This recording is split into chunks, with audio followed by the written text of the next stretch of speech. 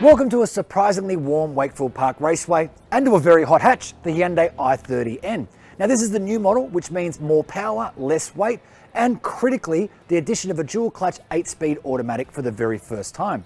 Now if you're one of those people who feels like a performance car needs to have 3 pedals, then you are very much in the minority. In fact, some 90% of hot hatch shoppers end up opting for the automatic models. So needless to say, this is a very big deal for Hyundai and for the N brand. The question now though is, does the addition of an automatic subtract from driver fun? There's only one way to find out, but first, make sure you hit subscribe to stay on top of all of our latest videos and jump on over to the carsguide.com.au website to get your full motoring fix. Now there remains a little uncertainty over the price here, with the updated i30N not due to arrive in Australia until the first half of 2021. That said, the Go Fast i30 will again be offered in hatch and fastback form, and we are expecting prices for the manual car to climb a little from their current levels of $41,400 and $42,900 respectively.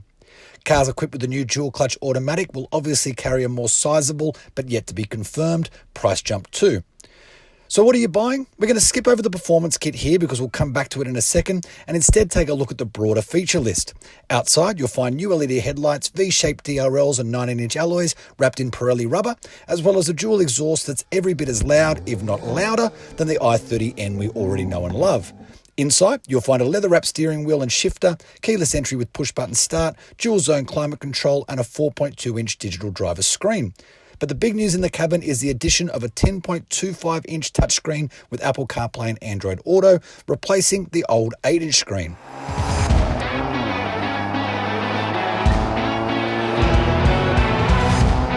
Now to say this is an important car to Hyundai is an absolute understatement. Remember that in the world of hot hatches, somewhere around 10% opt for a manual, with the rest all going for the much easier option of an automatic.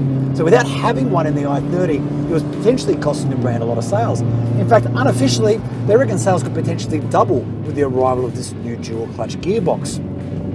It's not just the gearbox, of course. Australian cars are also now more powerful, with the outputs from the turbocharged 2-litre engine boosted from 202 kilowatts to 206 kilowatts, and maximum torque lifted from 353 newton meters to 392 newton meters. That also means a drop in the sprint to 100 km/h time, with the new model able to crack the tonne in just 5.9 seconds. And there's more good news about this gearbox too. I'm going to put it into its full automatic mode so it can do the thinking for me. I'm not even going to touch the flappy paddles. I'm going to see basically how it behaves. I don't know if you can hear that, but it's happy to hold a gear for as long as possible. It'll shift down fast as you brake into a corner. That's gone down again to second. It'll hold that through the bend and then not climb up until you're sort of out through the apex. So it really is tuned for sport driving, this gearbox, which is exactly what you want in a car like this. So now I'll take over controls again. And the funny thing is, in this car, it's actually faster around this circuit than the manual. And the reason for that being is you can grab second gear much more easily in this auto box than you can in the manual, and you don't lose any speed shifting back to third. So long story short, in the manual version, you're likely to leave it in third gear around the entire circuit. It's just quicker that way. But with this automatic box, especially here at the top end, you can brake into second for the main straight, bounce out the other side again, grab third, and not lose any time doing so. So that is, of course, the appeal of the automatic gearbox. The question is, though, does it suck any driver enjoyment out of it? And look, to be perfectly honest with you, I don't think it does. Call me crazy, but I've always thought the most important thing on a racetrack is to be fast around it. And I sincerely think this automatic box allows for that.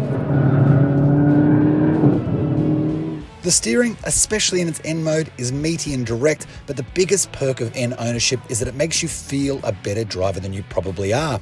The traction settings allow for a little bit of heroic sliding, and you're always safe in the knowledge that, should you push the boundaries a little too far, it will drag you back into line. It feels fast, it feels exciting, it feels everything that a performance hatch should feel. Now it's very hard for me to tell you, of course, how this car is going to perform family duties or the school run, or even handle all those potholes and speed bumps on the streets near your place. We've had it for a handful of laps on a race circuit, and so you get a very limited taste of what it's like being driven at full noise as opposed to what it's like to live with.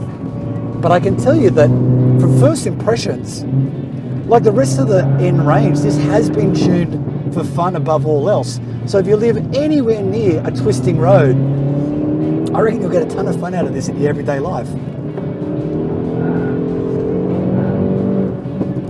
I'm going to let you in on a little secret, but first, a small caveat. We've only driven this car on a racetrack, so how it performs on the streets near your place is anyone's guess at this point. But now the secret part. I actually think I prefer the automatic. I think it's faster and still plenty of fun. Now remember, make sure you hit subscribe so you don't miss a video, and carsguide.com.au is the answer to all of your motoring questions.